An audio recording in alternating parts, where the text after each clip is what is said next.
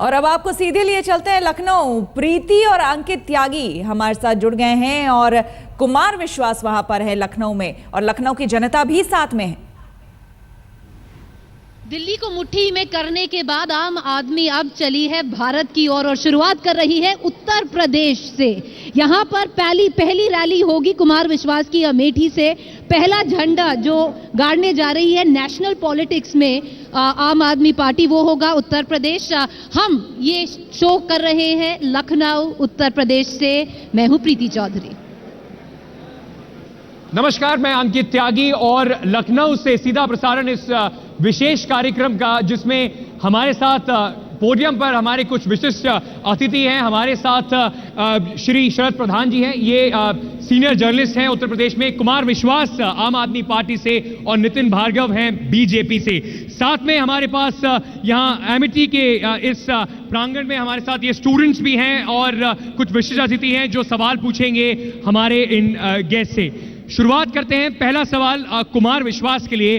कुमार, दिल्ली तो जीत गए, अब उत्तर प्रदेश की तैयारी है। सबसे पहले आप खुद कूद पड़े हैं, कितनी उम्मीदें हैं? दिल्ली का मॉडल उत्तर प्रदेश में चल पाएगा? उम्मीदें पता नहीं, सवाल छोटे छोटे हैं। अमेरिका के जो राष्ट्रपति हैं उनका सर्जन जनरल ऑफ अमेरिका एक हिंदुस्तान का बेटा है। सवाल अमेठी से ये है कि पूरी दुनिया के नेता हमारे बेटों पर भरोसा करते हैं, और आदरणीय राहुल जी, आपकी माता जी को थोड़ी बीमारी हो जाती है तो वो विदेश के बेटों पर भरोसा करती हैं। एक सवाल आपसे, एक और छोटा सवाल मैं पूछ लूं, उसके बाद फिर दूसरे गेस्ट के पास जाते हैं। उत्तर प्रदेश की राजनीति बहुत कठिन है, कास्टिज्म है, बहुत सारे जात पात पे वोट पड़ते हैं, अभी भी लोगों के वोट बैंक्स बने हुए हैं। आज आपको भी उसका स्वाद मिला, आपने अपनी प्रेस कॉन्फ्रेंस करी, आते ही अंडे से स्वागत हुआ। क्या हुआ उस प्रेस कॉन्फ्रेंस में? अब क्या करेंगे कुमार विश्वास? अंडा फेंका, समाजवादी पार्टी के किसी कार्यकर्ता ने मुझ पर आकर अंडा फेंका। हालांकि वो अंडा टूटा नहीं, एक ही मिला, वरना आमलेट बनाया जा सकता था। लेकिन मेरा केवल एक बात कर, मेरी बात सुनिए, मैं इसलिए थोड़ी कर रहा हूं, ये जितने लड़के लड़कियां बैठे हैं, अगर मैं इस राजनीति में ना होता ये सब चिल्ला रहे होते और कोई दीवाना कहता है गाने के लिए बोल रहे होते मुझसे। चलिए एक बात बताइए, सुनो, जितने लोग यहाँ पर बैठे हुए हैं, एक चीज बताइए, जब आम आदमी पार्टी इलेक्शन लड़ेगी 2014 में, कितने लोग आम आदमी पार्टी को वोट डालेंगे?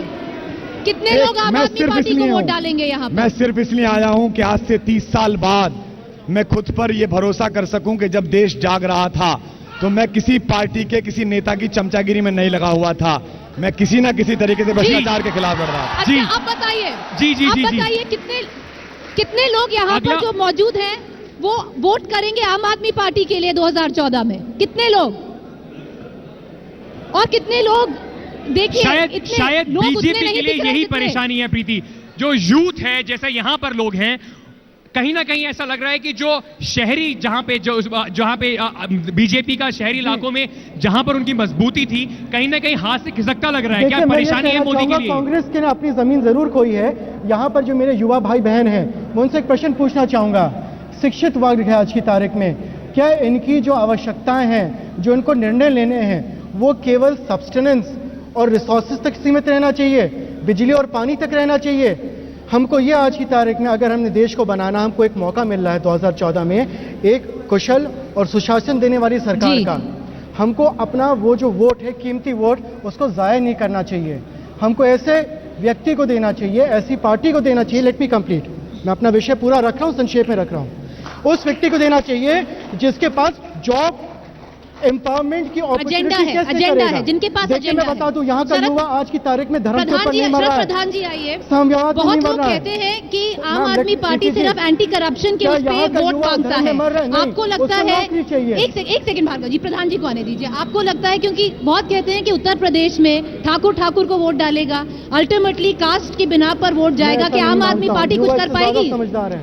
ऐसा है कि पिछले चुनाव में ये चीज देखी गई थी, पहली बार जो उत्तर प्रदेश में देखी गई कि कुछ ऐसी कॉन्स्टिट्यूएंसीज थी जहां पे जाति से और धर्म से उठ करके लोगों ने वोट दिया। एक ट्रेंड शुरू हो चुका है, और इस बार क्योंकि यूथ पॉपुलेशन इतनी ज्यादा है, यूथ के वोटर्स बहुत ज्यादा हैं, मेरा मानना यह है कि इस प्रदेश में भी खासतौर से अर्बन यूथ जो है वो जाति से उठ करके ही वोट डालेगा। और भ्रष्टाचार, क्योंकि हर चीज इस देश में, हर खराबी, हर इल के रूट में भ्रष्टाचार है, इसलिए आम आदमी पार्टी को क्या कहीं ना कहीं जो शरद प्रधान जी कह रहे हैं कि लोग इन सब चीजों से ऊपर उठकर वोट डालेंगे। एक सवाल ऑडियंस से लेते हैं जल्दी से।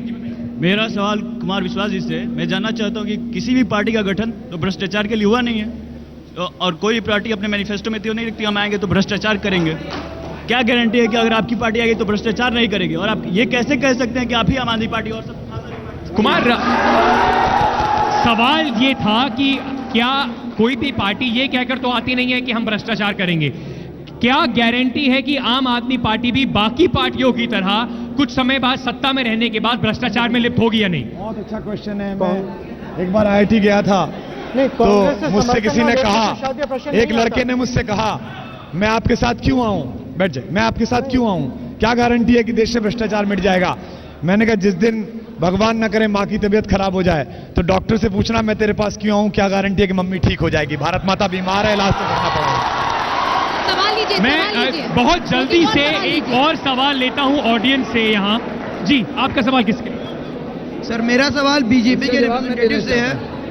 मैं उनसे ये पूछना चाहता हूं कि ऐसे तो आप समाजवादी पार्टी से बताते हैं कि हम उनसे अलग हैं, लेकिन जब समाजवादी पार्टी के मुख्यमंत्री अखिलेश यादव जी की वाइफ जब कन्नौज से इलेक्शन लड़ती हैं तो बीजेपी का कोई कैंडिडेट? बिल्कुल, ये सवाल काफी उठेगा। बार बार यही बात हो रही है कि बीजेपी क्यों नहीं खड़ा करती है जब कांग्रेस पार्टी के दिग्गज कहीं से खड़े होते हैं, बीजेपी हल्के कैंडिडेट खड़ा करती है, समाजवादी पार्टी के खड़े होते हैं तो बीएसपी हल्के खड़ा करती है।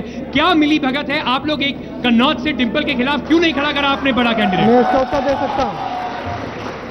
देखिए, एक चीज आपको बोलिए। Can you hear me? Yes, I can hear you. बोलिए। देखिए, सीधा सा प्रश्न आता है आज की तारीख में, डॉक्टर साहब को अगर लड़ना तो गाजियाबाद में अपने घर से लड़ें, अगर ये अमेठी में जाके लड़ रहे हैं तो ऐसा तो नहीं हो रहा है कि जो राहुल गांधी के खिलाफ वोट संगठित हो रहा था वो बढ़ जाएगा? भार्गव जी, एक बात सही बताइए, सारे लोग यहाँ पर मौजूद हैं, पूछना चाह रहे हैं, थोड़ा सा डर लग रहा है?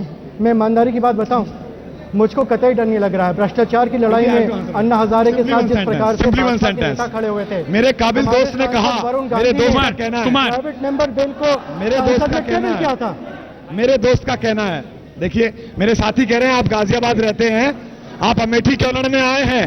राजनाथ सिंह मिर्जापुर रहते हैं, मेरे गाजियाबाद से लड़ने क्यों गए थे? मिर्जापुर से लड़ना चाहिए था ना उनको। दूसरा, जिस समय सीमाएं पुकारती हैं, जिस समय सियाचिन पुकारता है तो साउथ का लड़का भी जाता है, मध्य प्रदेश का भी लड़का जाता है। अमेठी में वंशवाद के खिलाफ लड़ना है। चलिए जनता से एक और सवाल लेते हैं, जनता के पास बहुत सवाल है आप लोगों के लिए। कांग्रेस के खिलाफ वोट का विभाजन किया जा रहा है। मैं आम आदमी पार्टी से पूछना चाहता हूं सर, क्या कहते हैं, अभी 4 दिन पहले दिल्ली का एक इंसिडेंट है, एक बच्चे को कूड़ेदान में फेंक दिया गया था और आपके स्वास्थ्य मंत्री कह रहे थे कि हो हल्ला करो तब हम कार्रवाई करेंगे। क्या आम आदमी पार्टी सिर्फ हो हल्ले पे कार्रवाई करेगी? कुमार, ये एक सवाल बहुत जायज है। आज अरविंद केजरीवाल की दरबार भी लगा, उसमें भी जनता इतनी ज्यादा है कि आप लोग संभाल नहीं पाए।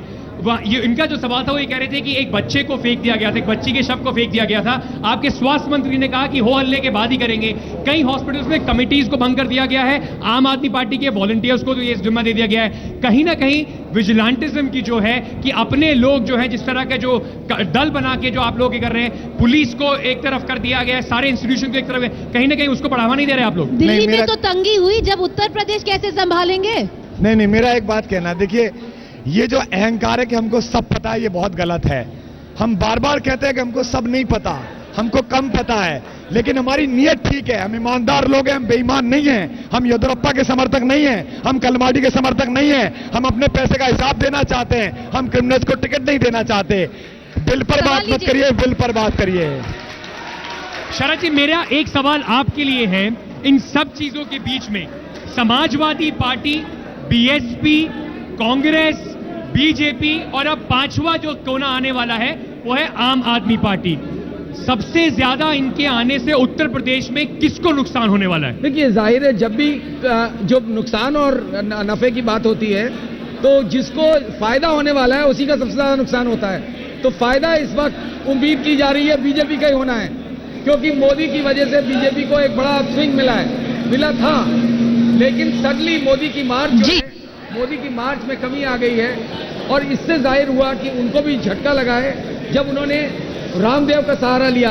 और आज किरण बेदी और उनको अन्ना हजारे को भी इन्वॉल्व किया जा रहा है, जनरल वीके सिंह को किया जा रहा है, जो कि खड़े करे जाएंगे अरविंद केजरीवाल के खिलाफ बोलने के लिए।